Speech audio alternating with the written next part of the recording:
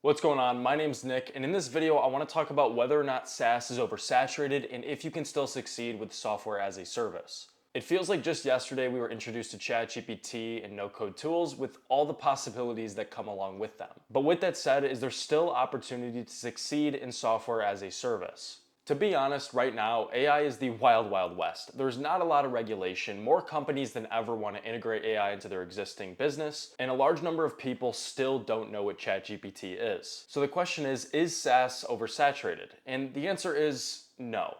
Some solutions to problems may be oversaturated, but SaaS in general is in demand and growing. You will find success in SaaS based on two key factors. And those two factors are, does your SaaS solve a real problem? And do you have an effective sales channel? That's it. That's all that goes into creating a successful software. Do you have a real solution to a real problem? And can you effectively sell it? Let's dive into really what that means and how you can effectively sell your SaaS. I always recommend to anybody getting into software that they should always go B2B or business to business. Now, there's multiple reasons why, but the main one is that you can charge more, and ultimately you can kind of pre-sell clients and test the functionality of your app before you actually build it. I see way too many people trying to make the next AI description writer or AI blog writer, and these are saturated topics because of how easy it is to get into them. The barrier to entry is so low with these topics that you really don't have anything to make yourself stand out. You don't have anything proprietary. You do not want to be charging $8 a month for your software. That was one of my biggest mistakes when starting my SaaS business. You want to minimally be charging $30 if you are selling to consumers and $500 if you're selling to businesses.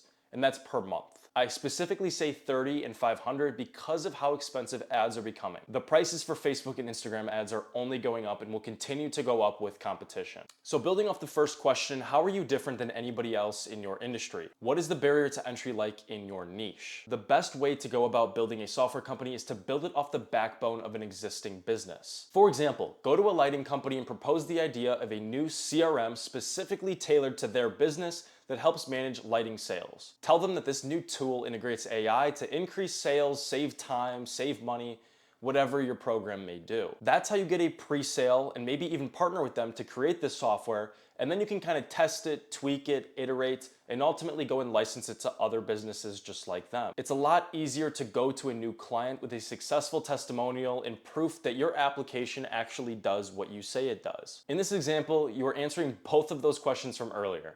You're building a solution to a real problem, and you're building an effective sales channel. So many people try to blindly go into an industry thinking that because it's easy and they have a plan that makes sense to them, they will succeed.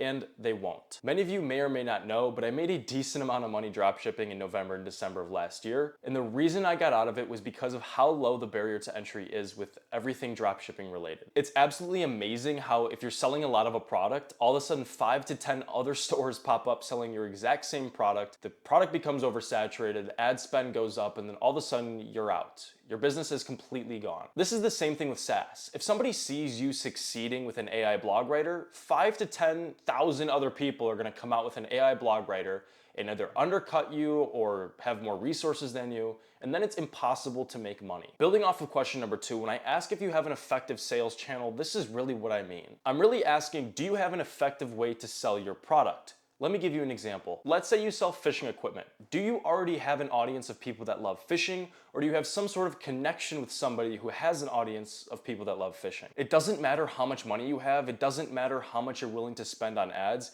You will lose to the person with organic traffic every single time. You are at a severe disadvantage if you can't plug your SaaS business into an already existing consumer base. So in this example, I recommend either partnering with somebody who does have an audience or trying to build an audience around whatever your software is. Trying to just blindly spend money on ads is a recipe for a $70 to $100 customer acquisition cost, especially if you plan on advertising on Facebook. Ultimately, SaaS is not saturated. And with how easy it is to just start a no-code platform, connect OpenAI's API, and begin selling a subscription, you have to be different. If you want to build a successful SaaS business, I have a free guide here on YouTube. I do not sell a course. Also, Discord link in the description. Subscribe and like the video. Thank you.